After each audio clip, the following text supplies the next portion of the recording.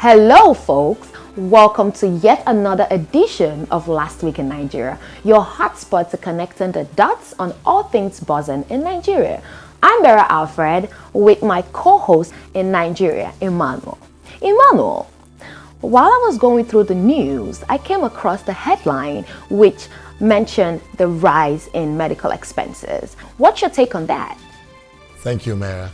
Hello and welcome to Last Week in Nigeria. My name is Emmanuel Oriowo, and of course talking about what Mara just said concerning falling ill or falling sick in this country. At this time, it could be a dangerous experience. Do you know why? Because of the prices of our medicine is becoming disturbing on a daily basis, and the reasons are not far-fetched. The economy is having a lot of challenges, and of course, pharmaceutical companies are leaving this nation in droves. One of them is the recent one by GSK, leaving the shores of Nigeria. Why? Because they have a lot of challenges producing pharmaceutical products. So falling sick at this time, Mara, just like you said, might be a wrong timing, going by the information that we got from the federal government as released last week in Nigeria. Of course, that story was made public and made known by several national newspapers. Just like the way the Vanguard newspaper puts it, it's a bold caption there. Wrong time to fall sick in Nigeria. Part of the reasons at this point I just mentioned to you that the cost of medications over the counter can be a little bit disturbing because people buy medications for a particular amount and suddenly there's an astronomical increase in the cost of all these medicines that people want to use to survive. Just like you said it, it's in the news, and truly I want to attest to the fact that it could be a wrong time to fall sick. So the best message to every Nigerian is to stay strong, don't fall sick at this time. Let's look at other stories that made headlines from last week in Nigeria. And don't forget, you can follow us on our website www.lastweekinnigeria.com, or better still, follow us on all our social media handles using @LastWeekInNigeria on X, formerly Twitter, Instagram, Facebook, TikTok, and of course our YouTube handle. And when you get to our YouTube handle, kindly use the bell button, click on it, subscribe, get the notification when next you have a fresh video of Last Week in Nigeria. Once again, welcome on board. Let's see what the stories are saying from the national dailies as reported last week in Nigeria. How federal government others gained 1.05 trillion naira from naira depreciation. It sounds like a tall order, but that was reported by the Vanguard newspaper last week in Nigeria. We also have this one: skepticism over inflation, insecurity, economic outlook. That was reported by the Guardian newspaper last week in Nigeria. Despite CBN's tightening stance, banks' credit rises to 59.7 trillion naira. That was reported by the Daily Independent last week. The Nation newspaper has this one: CBN battling to restore naira to its real value, says Cardoso.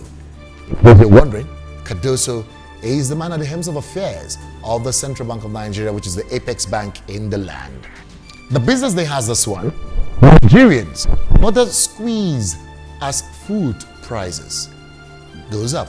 It's on the rise, and that speaks to what is happening in our economy in Nigeria. That was reported by the Business Day last week in Nigeria. And this one from the Punch newspaper: EFCC probes $347 billion funds as they summon foreign firms. That was reported by the Punch newspaper. The West newspaper reports this: in a bid to safeguard the environment, Lagos government bans the use of styrofoam, takeaway packs, other single-use plastics. That was in the news last week. All of this you can get from Last Week in Nigeria. All you need to do is to log on to our website www.lastweekinnigeria.com, or better still, use @LastWeekInNigeria as the handle on all social media platforms. Now over to you, Mara. What do you make of all of this? Thank you, Emmanuel. Wow. Talking about the Ondo State politics, I came across the headline which says that Barrister Jimo Ibrahim relaunching his campaign bid while it's barely a month Ondo State lost its governor. What are people of the state saying about this? Interesting, Mara. I appreciate that fact. But come to think of it, that story you just talked about, consider the fact that just barely a month after the demise of the executive governor of Ondo State, the then former governor, talking about Arakuri Rotimi Odunayo Akeredolu, SAN, CON, who passed on after a brief illness. Already we have another governor in the saddle talking about the current governor, who is in the person of Lucky Orimison Ayedatiwa, who is the executive governor of Ondo State.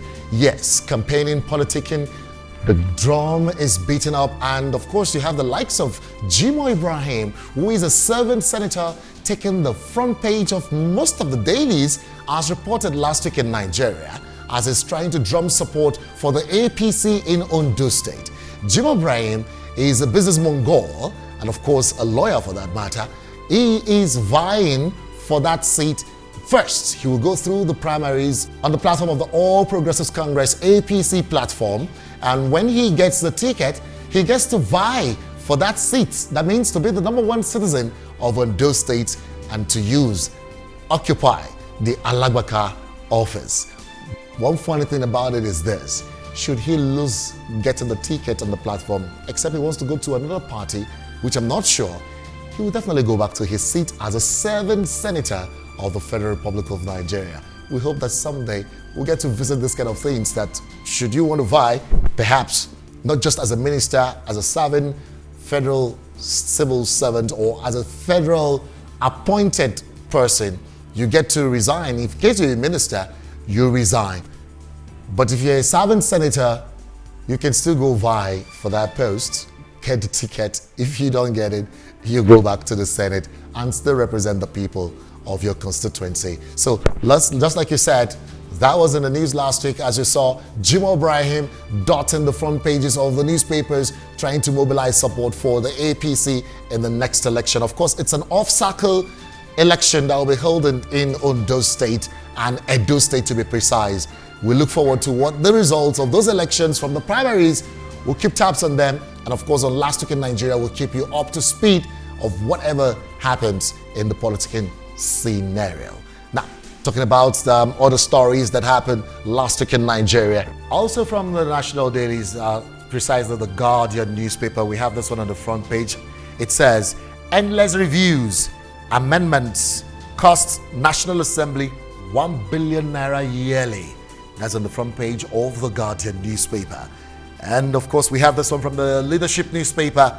More bloodshed in Benue as gunmen kill 55 in Plateau State. Of course, that might perhaps want to make us look at the next issue myself and Mera will be looking at, which has to do with the level of insecurity in our nation. Mera, I understand your pains and your plight, considering the fact that some Nigerians till tomorrow are still considering leaving the shores of Nigeria to Japa, the Japa syndrome. Could it be as a result of the economy or the level of insecurity that is on the rise? You recall that kidnapping stories are coming from the Abuja-Kaduna Expressway. It's been reported, the government officials, some of them are debunking it, saying that, look, these are stories that are in the rhetorics, but well, we have all the stories there. The Yorubas will say, "Eni kon lo mo." Those who get kidnapped are the ones who are paying the ransom. So we just pray that things will fall in place for the better for us in this nation. Also, as reported by all the newspapers last week in Nigeria, gunmen defy curfew in Plateau as they kill over 30 raising houses. That was reported by the Vanguard newspaper. Some of the stories could be disturbing. The New Telegraph has this one. How Nigerian varsities can end Japa syndrome by OOUVC. It's a statement credited to Olabisi Onabanjo University, VC, saying that Japa syndrome, how varsities can end the syndrome, is been suggested and is on the front page of the New Telegraph newspaper. We have this one for you. The Daily Sun newspaper says, Plateau boils again. It comes with a lot of riders. And some of those riders that we have, churches, shops, properties, raised. Governor Muftang imposes 24-hour curfew on Mango over renewed killings in that particular community. Turmoil in the State Assembly. As Speaker bars 16 APC sacked PDP lawmakers from resumption. All of that went down last week in Nigeria, especially when you turn your searchlight to Plateau State. Kidnapping epidemic is on the front page of the Punch newspaper, and the banner headline says, Kano, 9 others more death sentence, life jail. As reported by the Punch newspaper.